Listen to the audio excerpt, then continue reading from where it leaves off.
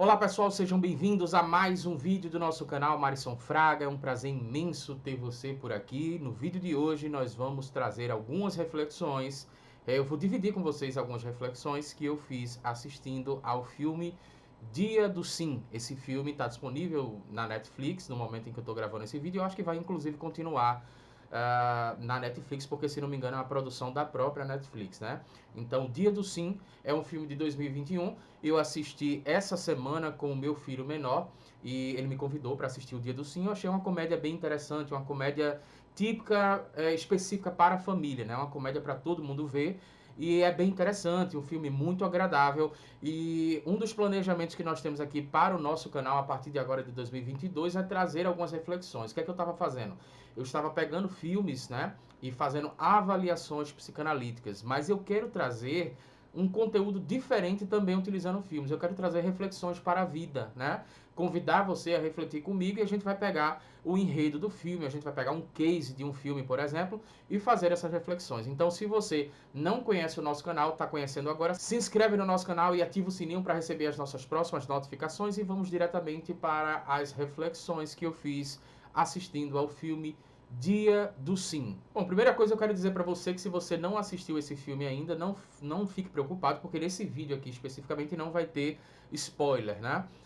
Então pode ficar despreocupado, você pode ou não, depois de assistir esse vídeo, assistir ao filme lá, fica a critério seu. Mas a gente vai fazer de um jeito que não necessariamente você precisa ter assistido ao filme para poder assistir esse vídeo aqui completo. E a sinopse do filme, o resumo do filme, na verdade, é sobre uma família, né?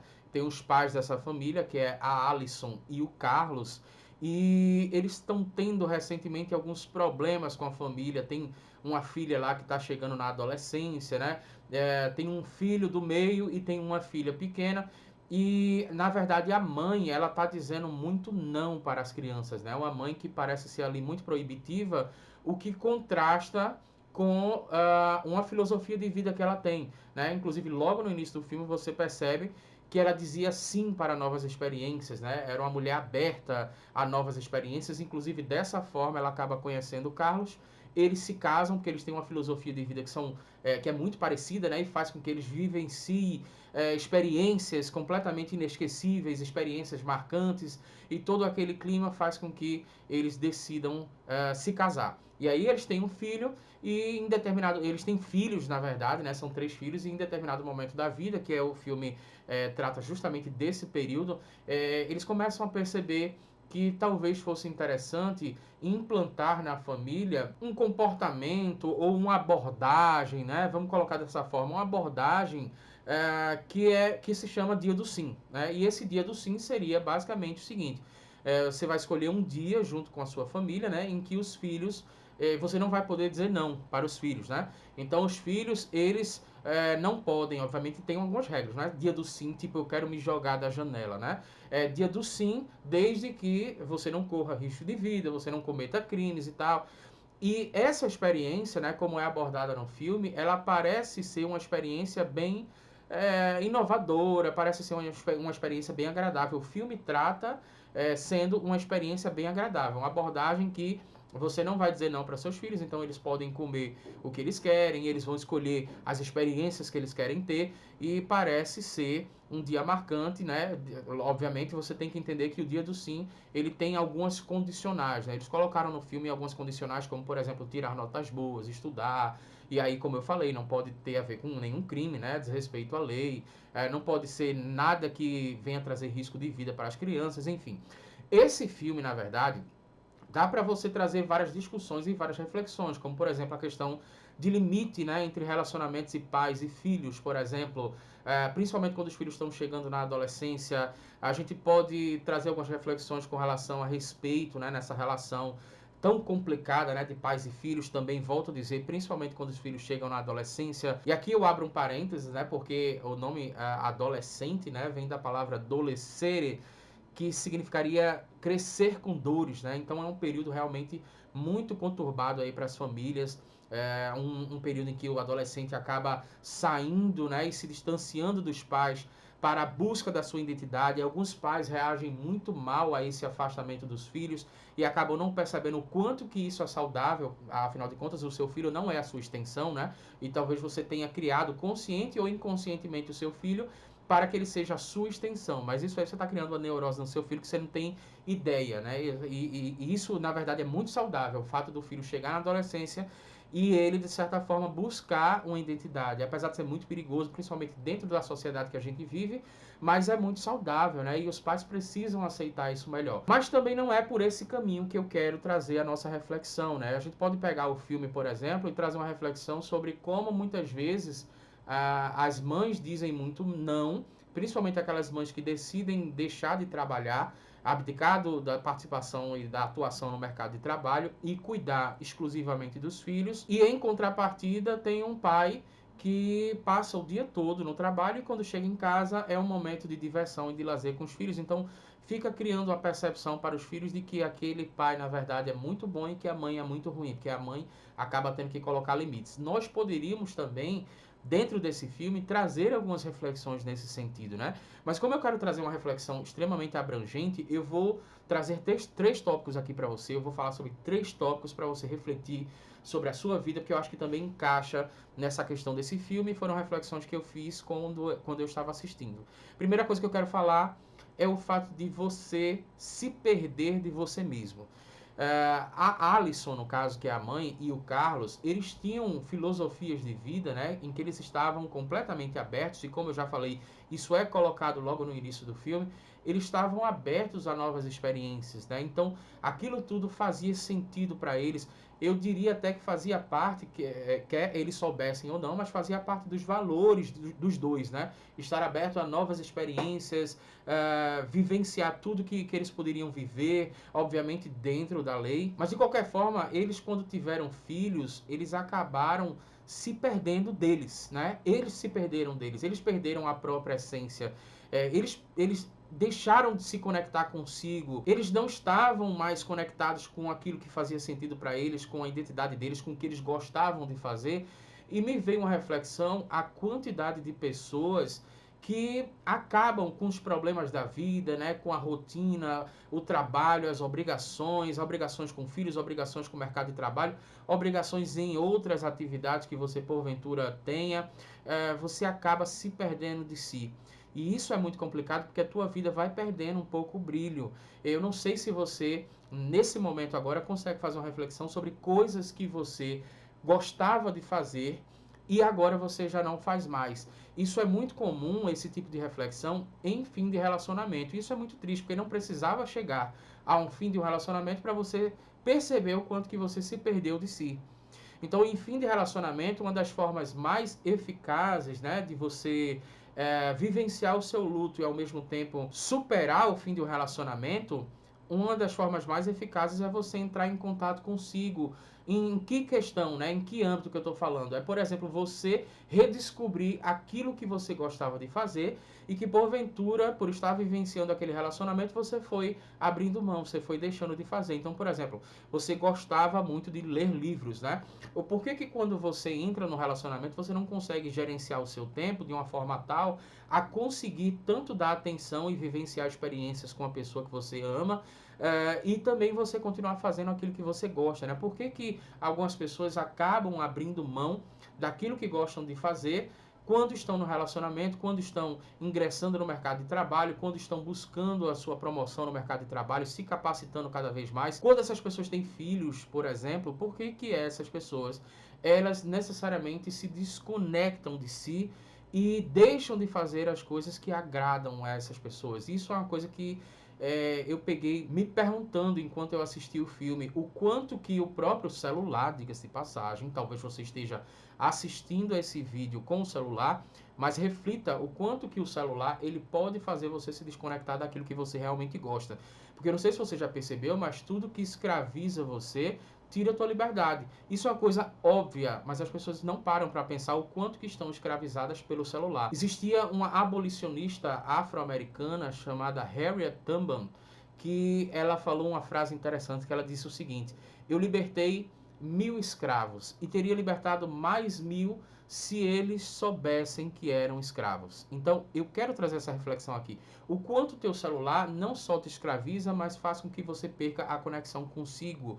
O quanto o teu trabalho, por exemplo, te escraviza de certa forma, e eu sei que eu não quero entrar num aqui de tipo, agora a gente vai ter que abandonar o que a gente faz, o nosso trabalho, e simplesmente viver fazendo o que a gente gosta, o que a gente quer, porque a gente precisa se alimentar também, os nossos filhos precisam de segurança, nossa esposa, o nosso marido precisa de uma casa boa, cama boa para dormir, precisa se locomover para os lugares, precisa ter uma vida social, mas não necessariamente está escravizado pelo trabalho. Eu conheço muita gente que é vítima do dinheiro. Eu conheço muita gente que é escravizada pelo dinheiro, que trabalha apenas para pagar contas. E, infelizmente, no nosso país, isso reflete a realidade da maioria das pessoas.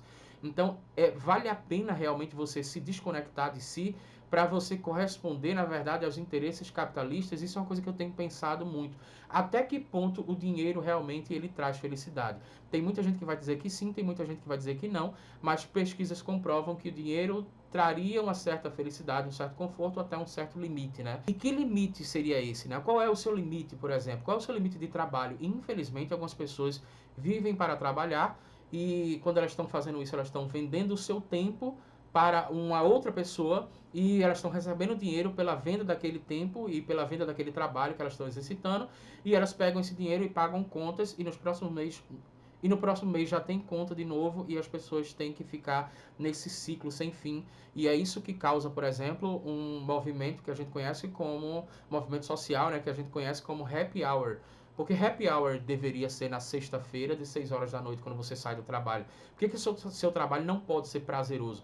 Então, isso tudo é resultado de uma falta de conexão consigo. E eu acho que a realidade que é apresentada no filme dessa família, logo no início, é uma realidade que só existe porque as pessoas perdem a conexão consigo, né? Porque as melhores experiências que nós temos, pelo menos as minhas e de muita gente que eu conheço, as experiências mais marcantes não necessariamente elas tiveram a ver com dinheiro. O que nos leva a uma outra reflexão, né? Que é a questão de você não valorizar o essencial na sua vida. Você valorizar demais o que é trivial na sua vida. Isso é uma coisa interessante porque também pouquíssimas pessoas param para pensar sobre isso. O que de verdade é essencial na tua vida. E quando você para pensar sobre isso, você acaba sentindo uma vontade de viver a vida mais leve. Quantas brigas não teriam sido evitadas se você valorizasse o essencial e dispensasse o que é trivial na sua vida? Eu conheço famílias, por exemplo, que pegaram brigas quase que astronômicas, quase como uma terceira guerra mundial, porque uma criança acabou riscando o sofá da sala. Então, ora, gente, eu sei que você quer ter uma casa bem arrumada, mas qual é o limite disso aí, né? Será que essa sua obsessão, por exemplo, por limpeza, essa sua obsessão por organização também não está prejudicando o seu relacionamento com os seus familiares e está afastando as pessoas que fazem realmente a diferença na sua vida? Quer dizer, você realmente vai precisar chegar num leito de morte para você perceber o que de verdade é essencial na sua vida. O filme também traz essa realidade, né? Porque quando você entra na rotina, você é engolido pela rotina, você entra no mercado de trabalho, você se casa, você tem responsabilidade, você tem filhos.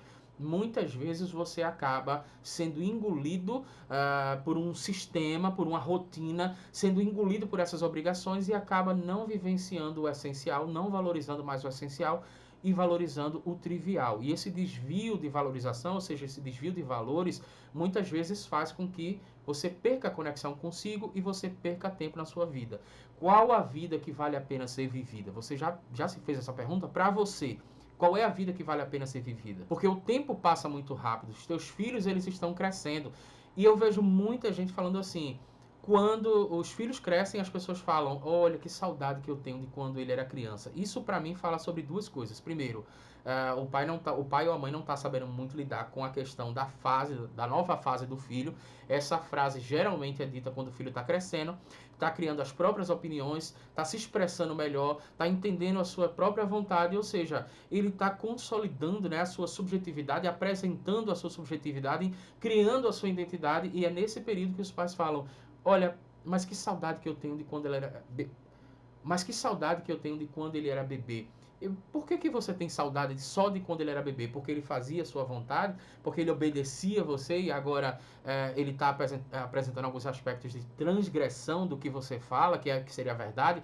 Ele está buscando a própria verdade dele? Por que que os pais têm essa dificuldade em entender esse momento do filho? Então, talvez se você passasse mais tempo com o seu filho, por exemplo, seria uma forma mais eficaz de você protegê-lo, ou pelo menos estar por perto, nessa fase complicada que é a adolescência, e você só consegue fazer isso se você valorizar o essencial. Agora, se você valorizar o trivial, aquilo que é completamente dispensável na sua vida e que você não percebeu, você só não percebeu porque você está considerando o trivial como essencial.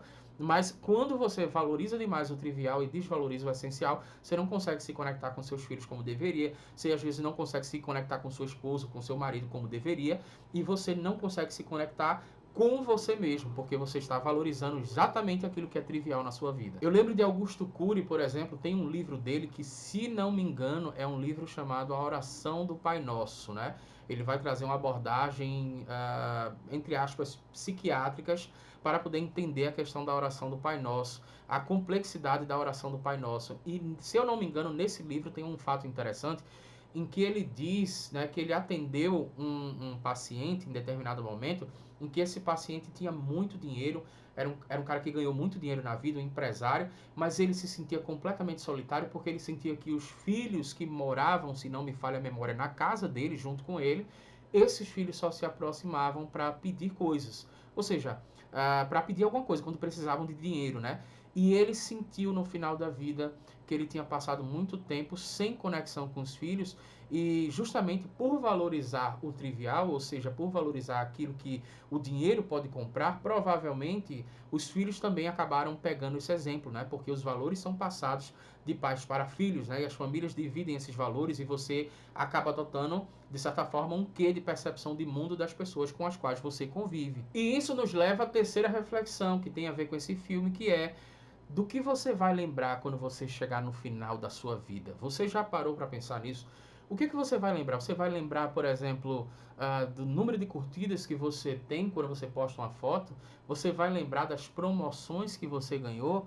Ou você vai lembrar dos momentos realmente felizes que você passou, como o nascimento de um filho, como o momento de um casamento, como o momento de uma descoberta, uma ressignificação, por exemplo, de uma história de vida que anteriormente estava sendo compreendida como muito sofrida e agora foi ressignificada, e você acaba encontrando o seu propósito de vida. E esse momento de descoberta é um momento brilhante. Só quem sabe, quem passou por isso é que sabe do que eu estou falando.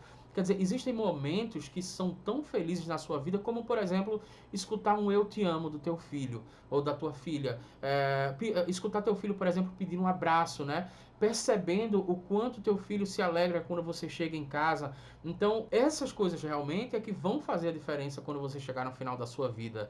Olha só, tem muita gente chegando no final da vida, infelizmente, com diversos arrependimentos. E isso é muito triste, porque a pessoa não pode voltar atrás para mudar a sua história. Mas provavelmente você ainda consiga fazer isso.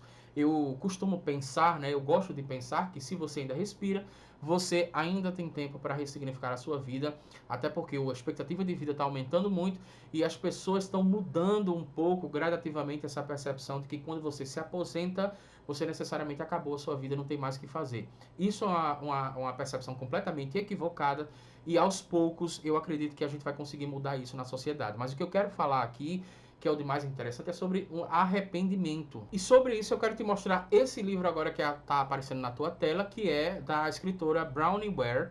E o nome do livro é Antes de Partir: Os 5 principais arrependimentos que as pessoas têm antes de morrer. E esse livro aqui é interessante e fica aqui como dica, né, de reflexão, para você ler esse livro e você refletir sobre a sua vida, porque trata-se de uma enfermeira que ela fez um levantamento e escreveu esse livro a partir desse levantamento, numa ala do hospital que era uma ala de pessoas que estavam em fase terminal. Né? Na verdade, o termo hoje que se utiliza, nós utilizamos o termo fase paliativa. Né? Então, essa fase paliativa, que é uma fase que a medicina vai tentar reduzir o sofrimento daquela pessoa que a medicina entende que não tem mais o que fazer, quando a pessoa está na fase paliativa, no caso, ela faz algumas reflexões. Isso é muito comum acontecer. E a autora desse livro aqui fez justamente esse levantamento sobre quais eram os principais arrependimentos das pessoas que se encontravam nessa fase paliativa. E disparadamente, né, os 5 maiores arrependimentos têm a ver com trabalho, queria ter trabalhado menos e queria ter passado mais tempo com a minha família. Na verdade, essas duas coisas estão completamente interligadas. Então fica aí a pergunta de reflexão do que você vai lembrar quando você chegar no final da sua vida. Eu espero que você tenha gostado das nossas reflexões. Se inscreve no nosso canal, ativa o sininho para receber as nossas próximas notificações, que a gente ainda vai trazer muito vídeo de reflexões aqui a partir de agora nesse canal, tá? Um forte abraço e eu te vejo no próximo vídeo.